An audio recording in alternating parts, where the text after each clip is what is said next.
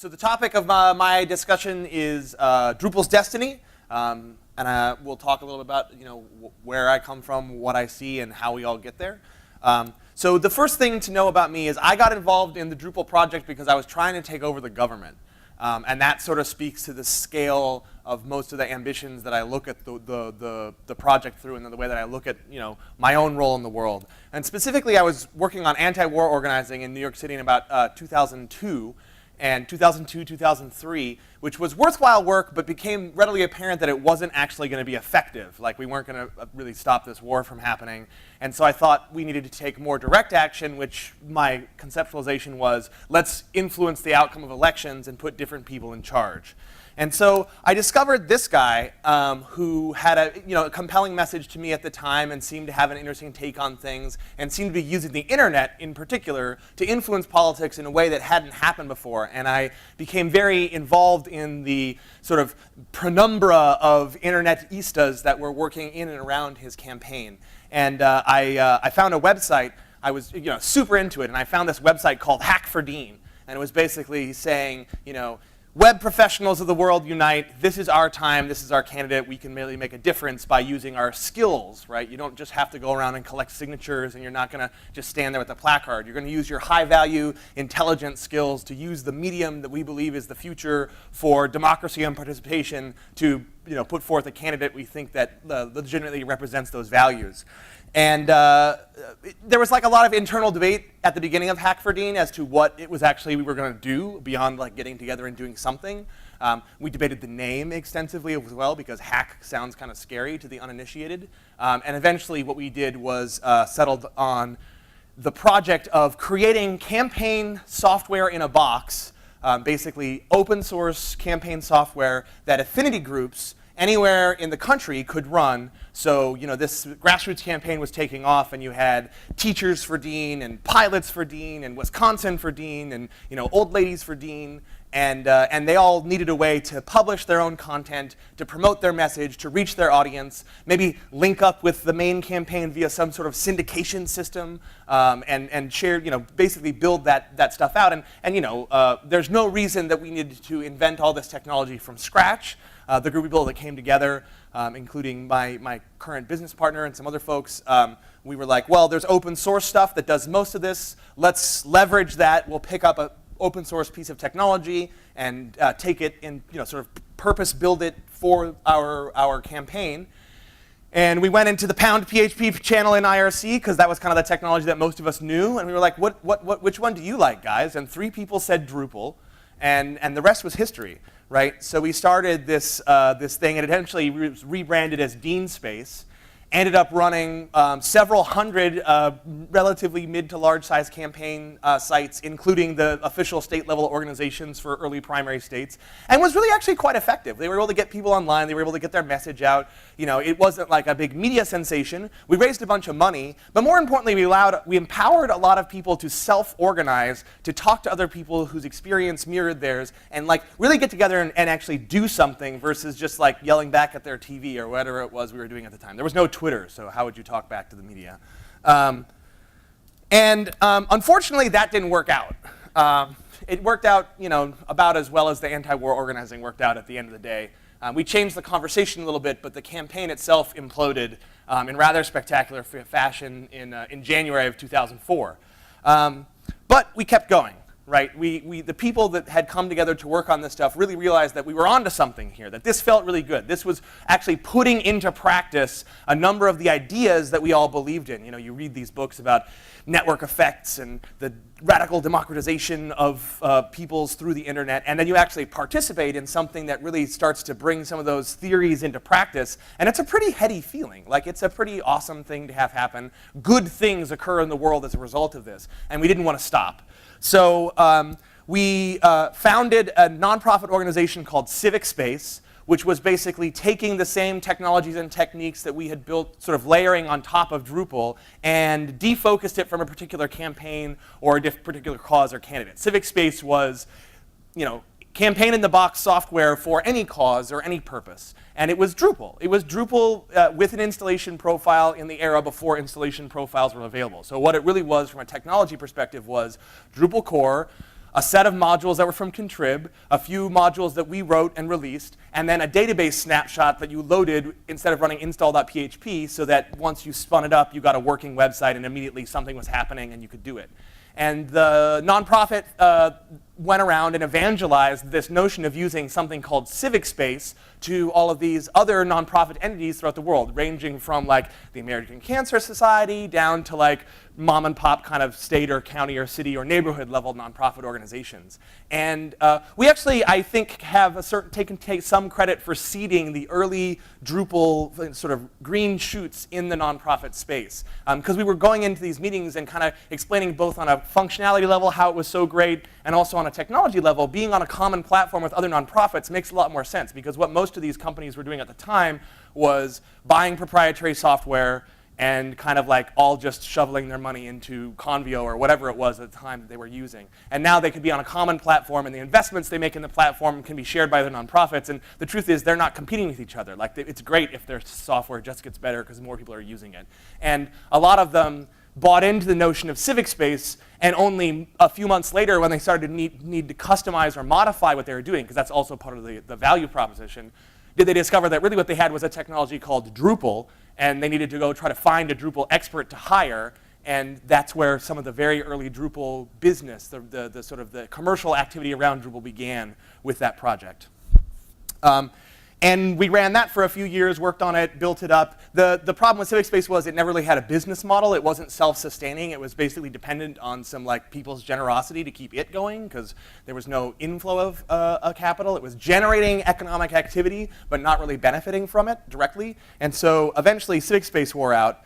But we did a lot of great Drupal stuff. That's me and Zach and Neil Drum. The other one was a picture of Neil Drum, Drupal 5 maintainer. We're big believers in this stuff. We decided, since there were these companies starting around Drupal, that seemed like it actually worked. And I was tired of like working in my regular day job at the time. And my other business partner, Matt Cheney, was like, well, I mean, I guess I could go to law school, but that sounds like a real drag. And Zach was kind of finishing up his tenure at Civic Space. And we thought, okay, well, we've seen what Lullabot was able to do. They started a business, and Matt and Jeff were able to do good. We've seen other people who actually seem less cool than Matt and Jeff make it work, so we could probably do this, right? And so we started a company called Chapter 3, still going strong, still your Drupal experts in San Francisco, and we built hundreds of Drupal sites and sort of participated in this early phase of the Drupal commercial ecosystem and saw it grow from like, trying to convince people that they didn't need .NET to referencing the fact that now the White House runs on that, which is kind of ironic given where I started. And eventually, now to where it is now, where it's actually it's a thing, right? Drupal's a thing. It's actually out there. It's million-dollar deals, thousands of developers, hundreds of companies. It's actually really happening, and that's quite something to be a part of.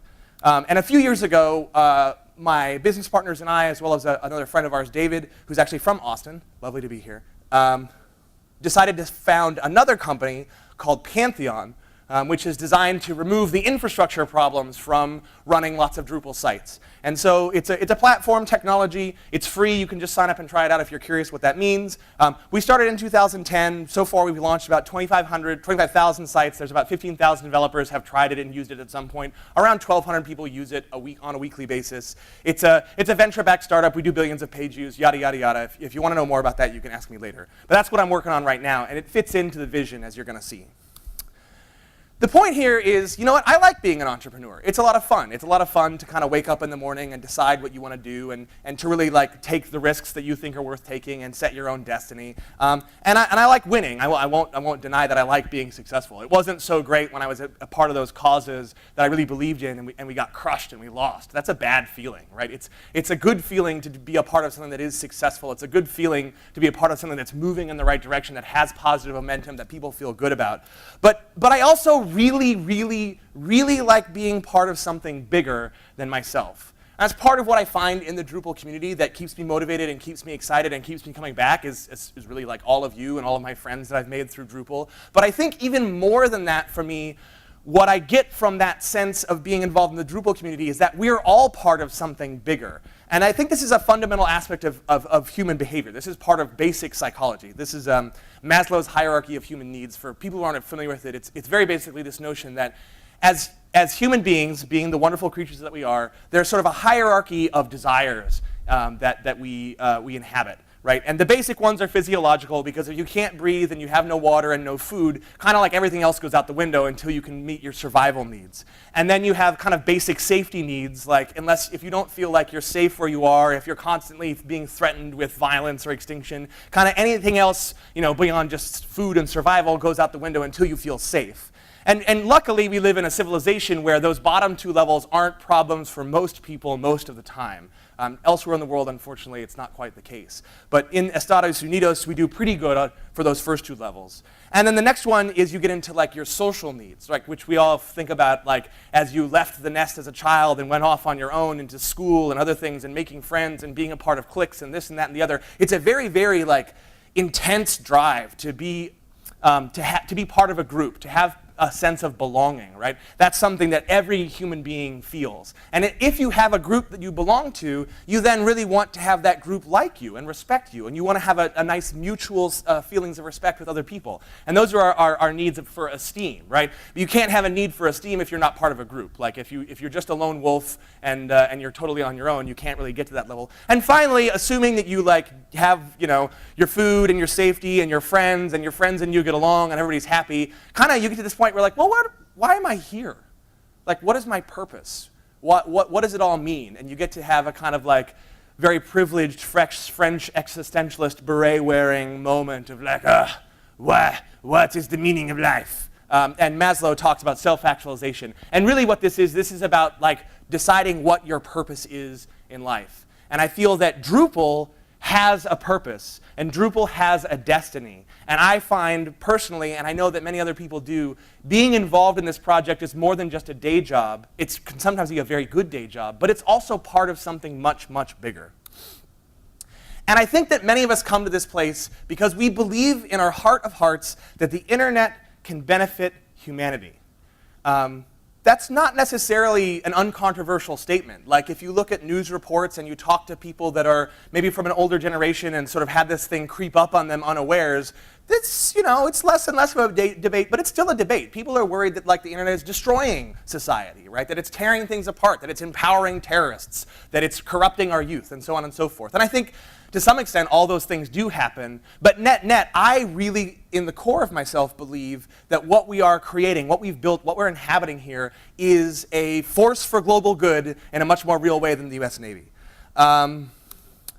And the reason for that is I feel that the internet has the potential to essentially bring about a global renaissance. If you look at history and you look at great periods of innovation when what we call progress has actually happened, they all closely correlate with times when people were able to share information much more readily. And this happens in big ways, if you look at the origins of the Renaissance in Florence, Italy, it has to do with like essentially the fact that people started to get together and have free time and talk to each other about stuff, and the church wasn't stomping on them for everything, and suddenly all this, people like, wait a minute, you like math too? And these old books, they're pretty cool, huh? And then all of a sudden, 100 years later, crazy stuff is happening, and it's wonderful. And what we are living in right now is a moment that has the potential to be so much bigger and so much better than that, because it really is the first time where everyone is a potential participant in a conversation. And what that means is, the naysayers and the cynics will have lots of material to work from, because when everyone's a participant, like who hasn't said something stupid in their life, right? And who doesn't say mostly stupid things most of the time? And so if you take the aggregate of everything that everyone says all the time, it's like shooting fish in a barrel to find objectionable statements, incorrect statements, pithy statements with no meaning, etc. But the real value isn't that just like everyone's talking. It's that there's the potential for so much cream at the top of that conversation, and that can really advance the cause of benefiting, everyone on the planet, enriching every life, making everyone's existence better. There was Elon Musk is a founder of PayPal and Tesla and SpaceX and SolarCity, and this guy's got an interesting personal life, and my fiance doesn't like him, but I find him inspiring mainly because he works on these really big projects, right? He's like, I want electric cars and space travel. Fuck it, that's what I'm going to work on. And I think that kind of vision is very, very inspiring, and it's admirable. And he recently gave this talk where he sort of like was talking about how things are working out, and like he's got some wins under his belt now. And he was sort of chided the Silicon Valley software internet community for kind of thinking too small. And I think that he has actually a very good point, because a lot of times, I sort of end up doing little tours through the VC Silicon Valley circuit now every couple of months. And a lot of the stuff that people are talking about is a little like, do you really need another mobile app to do a little thing and blah, blah, blah. But I think that, and maybe this is just my ego talking, but I think that the stuff that we are all working on is really admirable, and it is the really big idea. There's a metaphor that people used early on that's like, this is just like when the printing press came out and suddenly people were able to publish. And that sounds hugely overblown, but it's not wrong, right? When in the course of human events has an individual ever been able to publish their opinion with the same accessibility as the king, right? You are able to put your opinions out there. You are able to communicate with other people with the same power, the same accessibility, the same reach as the people that literally control global thermonuclear weapons or editorial boards or vast satellite networks. And that is totally new and totally amazing, and it's only just getting started. And that's kind of what I want to talk about and get into, right? So we're talking about the printing presses of the modern era. That's what we're all working on. That's what this content management stuff is all about. It's like basically we need printing presses for the whole entire world, and they need to be cheap, easily accessible, easy to use, and able to publish everywhere. And that's the CMS market. And so I'm going to start the sort of the meaty section of the Drupal's Destiny by looking at that market for those of you who haven't seen it. Here's a breakdown. So what do we notice here? There's a lovely group of people who run a bunch of spiders, and they kind of aggregate some of these statistics and they publish them for free. So you can go dig through their data at w3text.com. But there's some pretty interesting things. First of all, a point of fact, their list of things that reach up to 0.1% of websites they were able to survey stretches on much further than the screen would allow. There's about like 60 different technologies in the long tail. I had to cut it off at 20 to make it work. And it just so happens that the last one that made the cut was Tumblr, which I think is kind of ironic. We can see that WordPress is doing very well. WordPress is on the rise. And Joomla is second, Drupal is third, Blogger is fourth, and there's a whole lot of other technologies that you might be aware of in this space that get down to below, like I think once you hit typo 3, you're below 1%. And that long tail extends forever. And so I think there's a few key things that we can learn from examining the state of the market. And the first is that Linux and open source is clearly winning, which is good. I think that that's a core part of this whole idea of we're making the printing presses of tomorrow, and it's going to democratize and empower people, is that we're not shilling out proprietary software that comes with lock-ins and comes with all kinds of constraints and is tied to like a single giant corporation. So I think that's probably a very good thing. If you look at the top ones, WordPress clearly has a pretty big lead.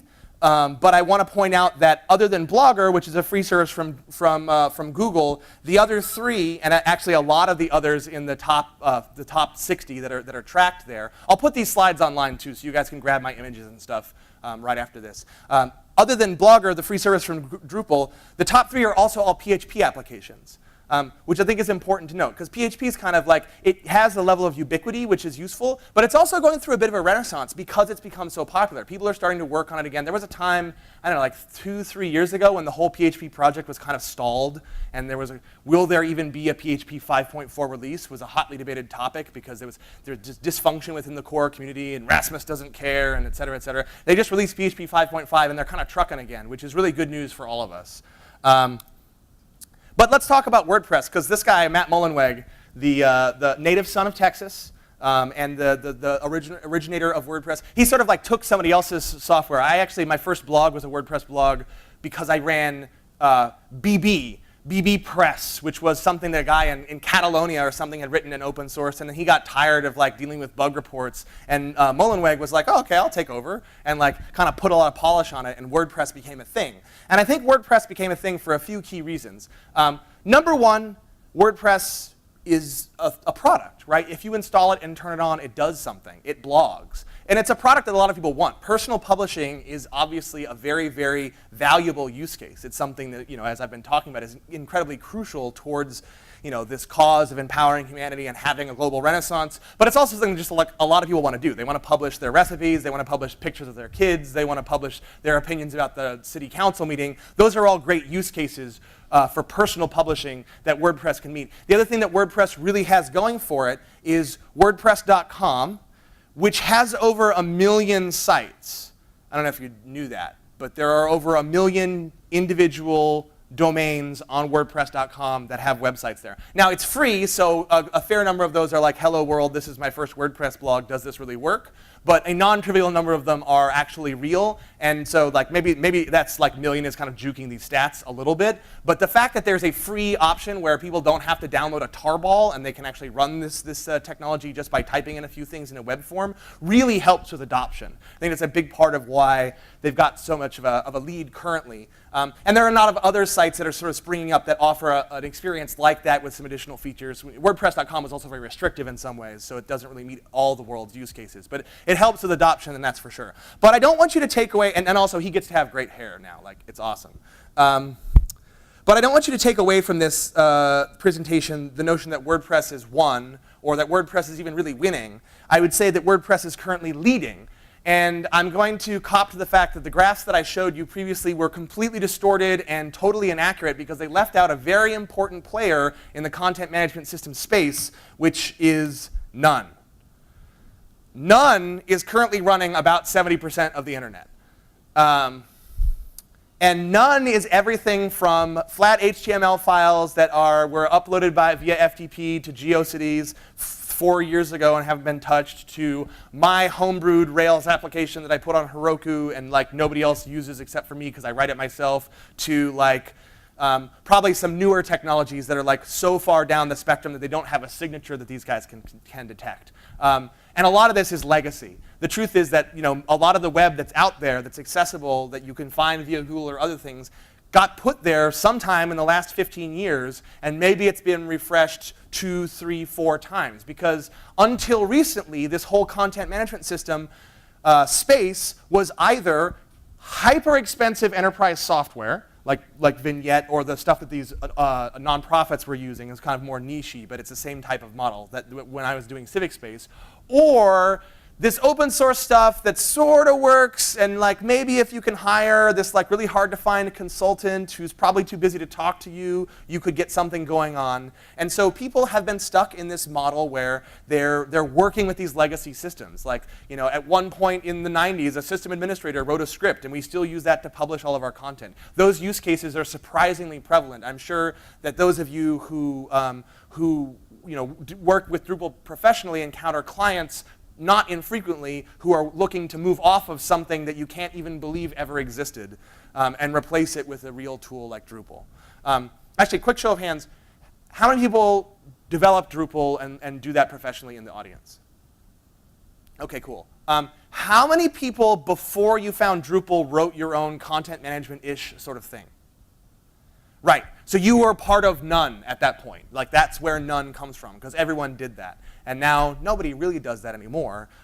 Maybe the most like bleeding edge use cases, there's a case to be made for inventing new technology that helps them publish. But really, nobody's doing this none stuff anymore. It's going the way of the dodo. There's historical stats on this. None used to be up over 80%, and it's dropping precipitously every year. And it's dropping faster as these technologies that are taking over for none get better and better. So the point here is that we're just getting started. I've been in this game for 10 years, and we're just getting started. Actually, we're just getting to the really exciting part, because the whole world is just getting started. I'm going to play you a very short video, and what it's going to show you is internet access and average GDP, starting in 1990. And internet access is the up, and wealth is the right. And I want you to pay attention to the lower left. Right? That's most of the people in the world. And they're just at the beginning. In the next 10 years, there will be 4 billion more people using the internet than there are today. Most of them will be using devices like this most of the time, but they're all going to be online.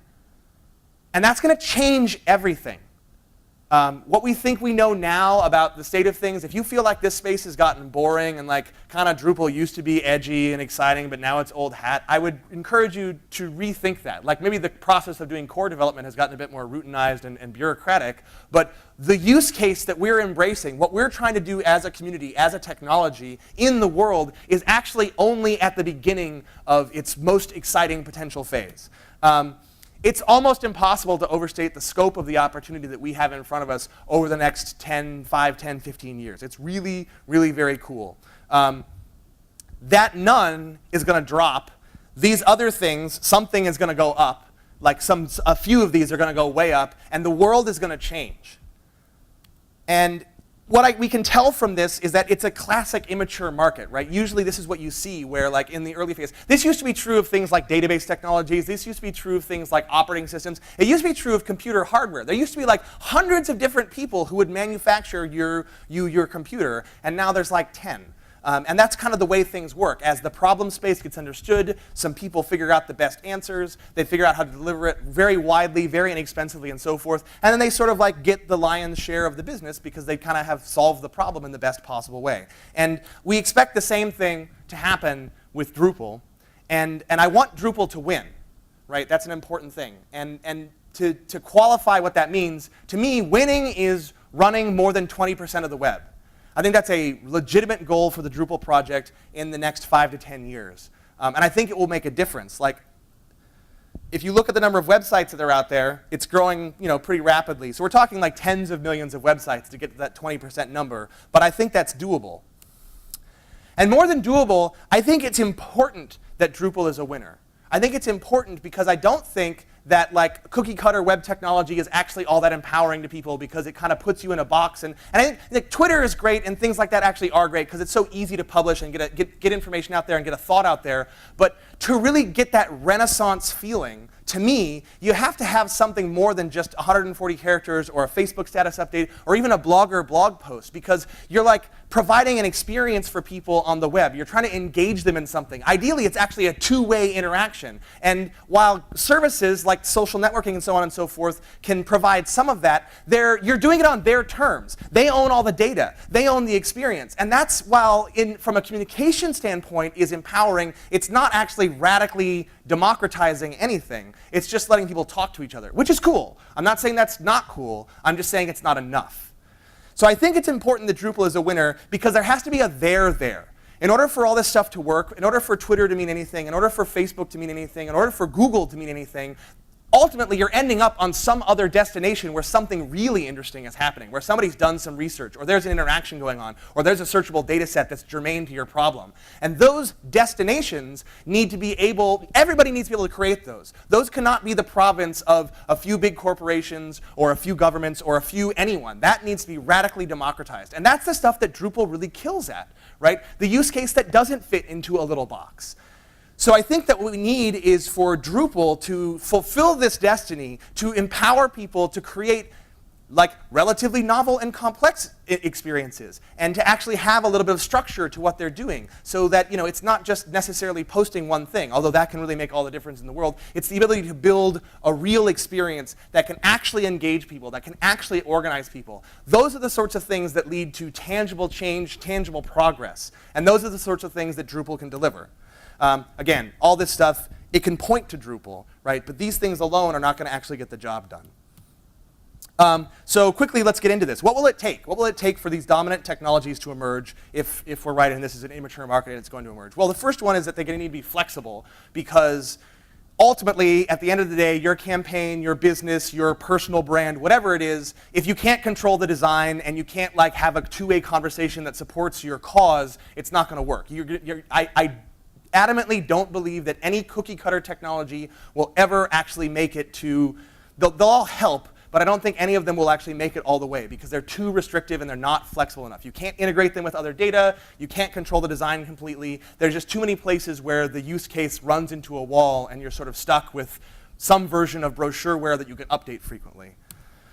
There need to be a lot of people behind whatever's going to take over or whatever's going to win out in this marketplace because professional web development and this work that we all do is not going away anytime soon, not in the next 50 years. Because 4 billion people coming online, there's already 100 million or 600 million, depending on how you count, websites out there. There's a lot of work to be done, right? This is a huge effort. This is a global infrastructure effort on an unprecedented scale. So there needs to be a lot of people involved in anything that's going to have a chance of winning. And it needs to be fast. It needs to be easy. You need to have some kind of on-ramp to switch from your none to whatever it is that's going to win out. So how does Drupal stack up?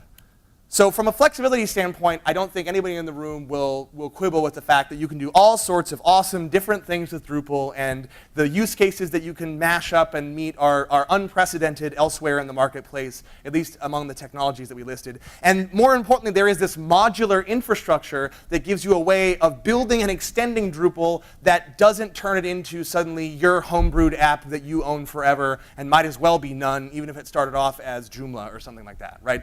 You can build an extended Drupal site in a way that keeps you connected to the other community of contributors, lets you get security updates, et cetera, et cetera. And from a software perspective, that's really key towards building anything that has the chance of retaining that flexibility and still scaling to meet that 20% of the web style audience.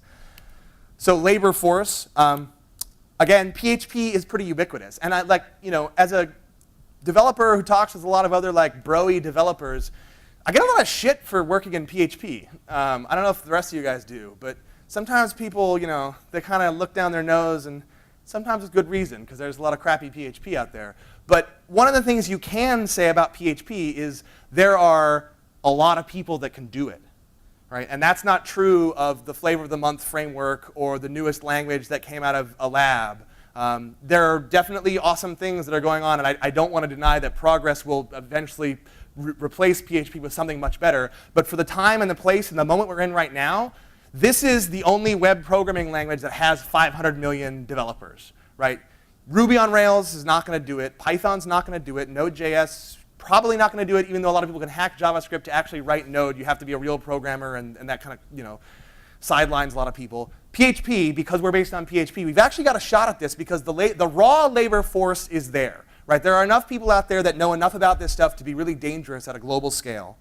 And Drupal itself has this massive developer community. Don't undercount the fact that part of the Drupal project is one of the largest open source projects in the world by contributors. It's right up there with the Linux kernel. If you look at the contrib module space, the number of people that actually have demonstrated by open sourcing the code that they have is in the tens of thousands. And you can't say that about any of the other main competitors. Joomla doesn't have a developer community anywhere near that size. WordPress doesn't have a developer community anywhere near that size. We're definitely ahead of the curve here because we have the most people that are ready to implement.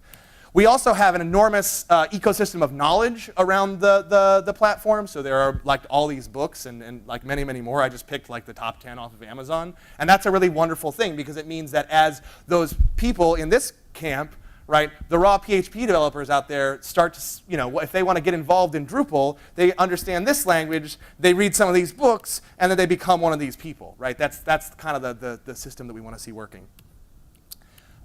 And lastly, Drupal has a very, very vibrant, growing, and robust commercial ecosystem. And I think this is incredibly important towards our chances of actually meeting, realizing this type of destiny, which is unless it actually can employ a lot of people and people can do this not just out of the goodness of their hearts, but because it's how they're paying for their mortgage and feeding their family, right? The ability to grow is somewhat limited. And I think the fact that we are not dominated by any particular company, that the actual marketplace here is vast and nobody has more than 10% of it by dollar value, as far as every analysis we've been able to do says, is a really big asset, right? It makes it kind of hard sometimes when people are getting into this to figure out who to work with, but it's actually a really great asset because it means that we're insured against failure. Like any one of these firms could go poof and Drupal would still keep on trucking.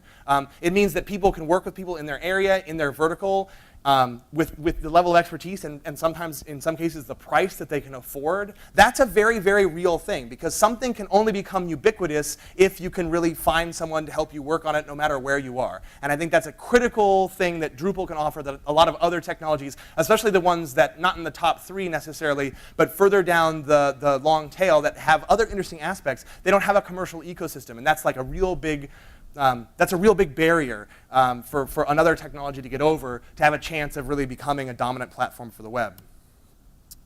So then we come to the on-ramp. And this is were probably expecting this, the punchline as I got there, which is that Drupal kind of, there's a little, it's hard, right? It's actually really, really difficult to get started, and some of that's the nature of powerful tools, but some of that's also just we haven't cracked the code, in my opinion, as a community of how to get people into this. I can steal a slide from Dries from years ago, and he compares richness and reach. Richness is the feature set and the number of use cases you can meet, and reach is how accessible you are. And as you can see, he, I think correctly positioned it, like WordPress, Joomla, Drupal. This is a slide from like 6 years ago. WordPress, because Vignette is in here. Who cares about Vignette anymore? WordPress, Joomla, Drupal, right? Drupal has the most richness, but without the reach, it's still kind of in third position. And I think this is the critical challenge for us as we look at the future of the project is how do we improve the reach of Drupal? How do we get more people to use it so that we can, not just so that we can say that we're number one, and not so that we can just say like, oh yeah, it's good business for all of us, but so that we can actually have that potential that I don't really believe is there with some of these other technologies. The market needs to mature, and so does Drupal. We have to sort of take this stuff on.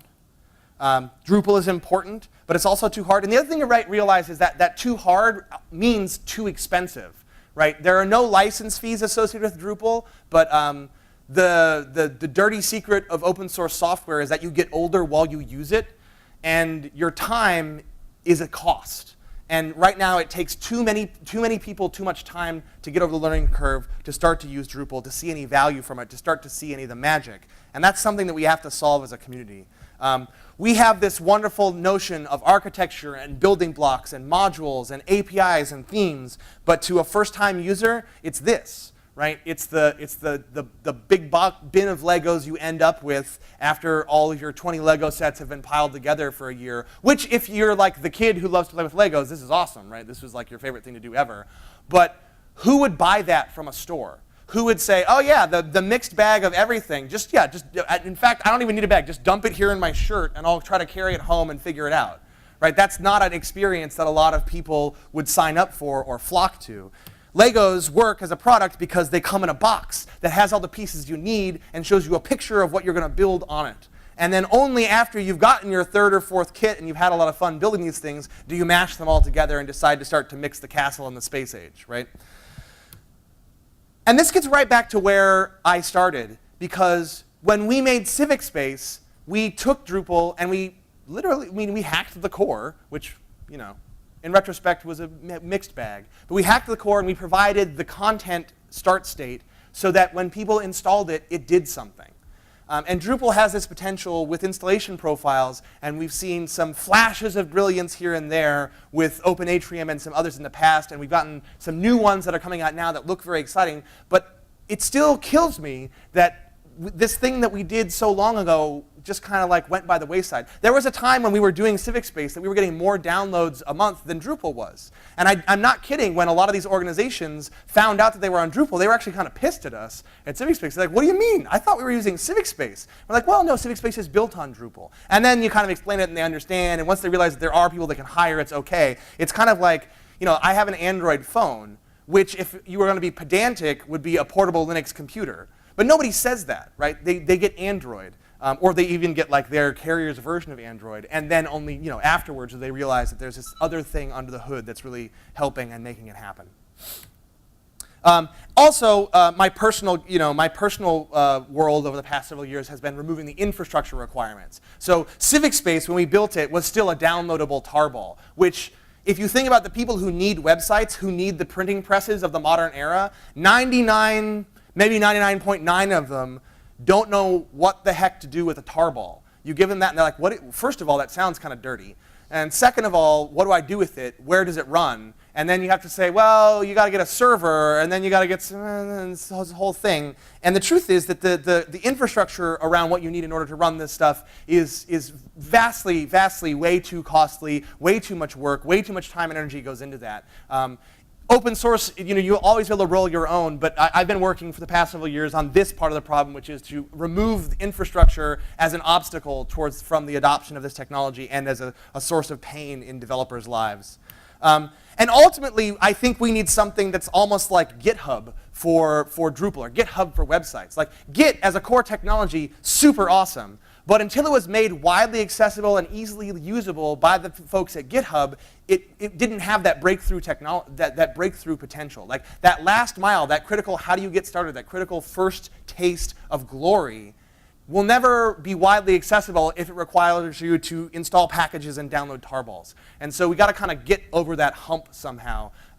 And again, that's a problem that I'm personally very passionate about, as you can imagine, but I think everybody else should be passionate about too, or at least think about, or at least throw out some ideas.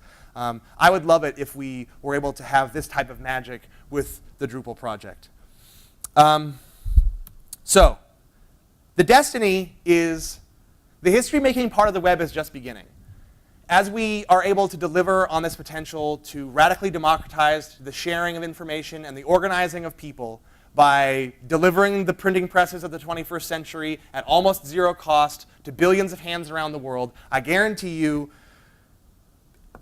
commercial empires will be built and crumble, governments will fall, social movements will come and pass, and if we do a good job, the earth will be a much better place as a result of that. And we'll get there if we get Drupal to run 20% of the web, I swear. And that's my presentation. Thank you.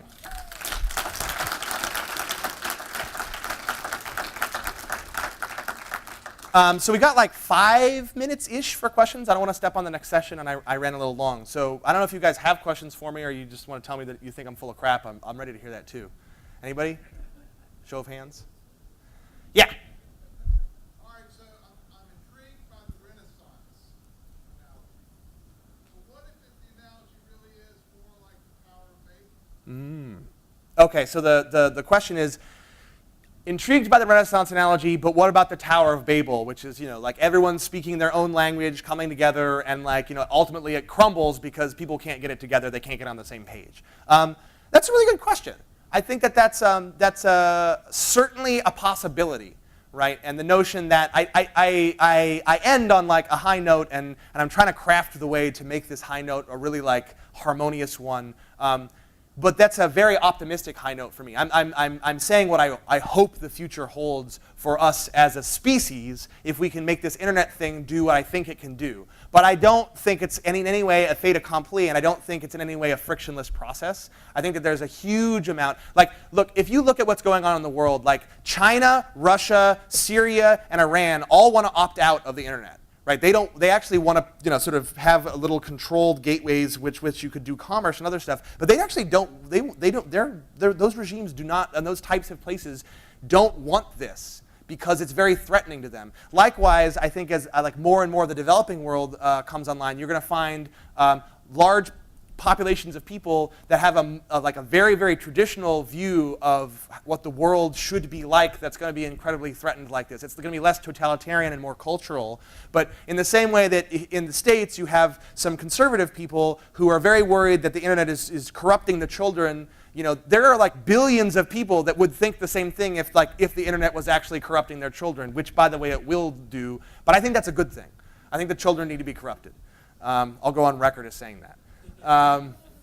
So I think that it's by no means a thing of like, well, Drupal comes through and maybe WordPress helps out and there's some other technologies and we all sing Kumbaya. I think it's actually a long, iterative, 2 steps forward, 1 step back kind of process. But I do know that the ability for people with good intentions to come together, to circumnavigate what their governments would have or not have them do, what their leaders would have or not have them do, and connect has an enormous potential that's never existed before. And I basically have faith that that potential will win out over the inevitable clashes of cultures and differences of opinions that will create friction and heat throughout the process as well. So it's a leap of faith, basically. Yeah? Yeah, I don't know the stats on installation profiles or how widely used those are, but I guess you seem to imply that they weren't maybe used to their full potential. I was wondering if you could comment on things that you think maybe are holding that back. Sure. So I'm pretty good friends with Eric Gunderson from Development Seed, and what they saw with Open Atrium, the first iteration on Drupal 6, was an enormous amount of interest that immediately ran into an enormous resistance from all we can give you as a tarball. And I was talking to him about this, like when Pantheon was kind of a glimmer in my eye. It was like a DrupalCon Paris, and we were drinking wine and talking about the future.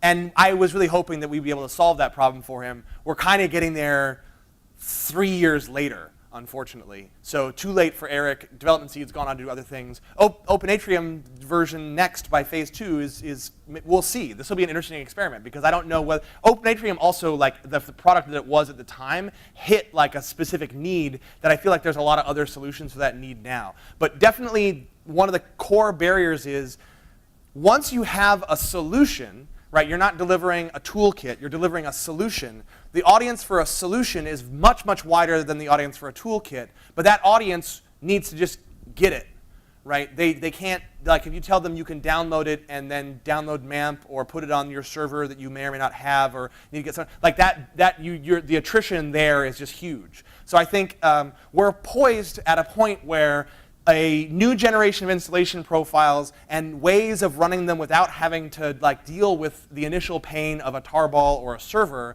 could potentially, have some really exciting results. And we're starting to see some early glimmers of that. Like professionally, I'm working on that really hard, but it's too early to say whether it's really going to be like, because maybe that's what people say. Maybe that's just something that people have self-reported. Like, oh yeah, I would have used that, but I couldn't figure out the tarball. Like intuitively, I believe that did stop a lot of people, but how many and to what extent, we don't really know. So that's one thing. The other thing is that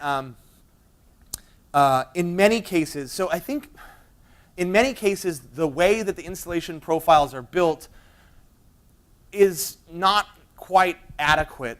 And I don't want that to sound like I'm down-talking the people that put a lot of work into these really interesting and cool installation profiles. But building products, which is what an installation profile wants to be, is really hard. Like it's a lot of work, and like it really is the difference between a 90% done product and a 100% done product in terms of adoptability is huge. But that last 10%, like imagine if your iPhone only worked 90% of the time. Like would people really buy those?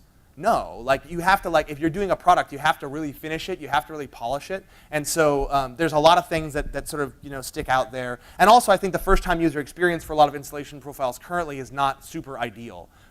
Like, again, going back to my Civic Space days, a really big part of, we built it before there were installation profiles, but a really big part of the value of what we did was we gave people a database dump so that when they, and WordPress does this, right? When you turn it on, there's a post and a comment, and everything is already actually happening. You have a website that has some life to it. And even now, like most installation profiles, when you install them, they're utterly blank. Right? They don't even have content in them when you first turn them on, which makes it much harder for a prospective user to conceptualize what it is they're supposed to do and how it's supposed to work. So I think it's things like that are really honestly very difficult, a lot of work, and I'm not trying to trash talk the installation profiles makers because they're doing really, really amazing things, but we're not quite there yet. I hope we get there because I think that'll be really exciting for Drupal in the next couple years. But the truth is people have been saying that since, I don't know, like 4 or 5 years ago, so at some point, I don't know. I think really great installation profiles could be huge, and we just haven't seen really great ones that are really easily accessible yet, and hopefully we will soon. Anybody else? Okay, right on. Well, thank you guys for coming. Thanks for having me in Austin. It's a pleasure to be here, and I hope that this at least lifted your spirits a little bit.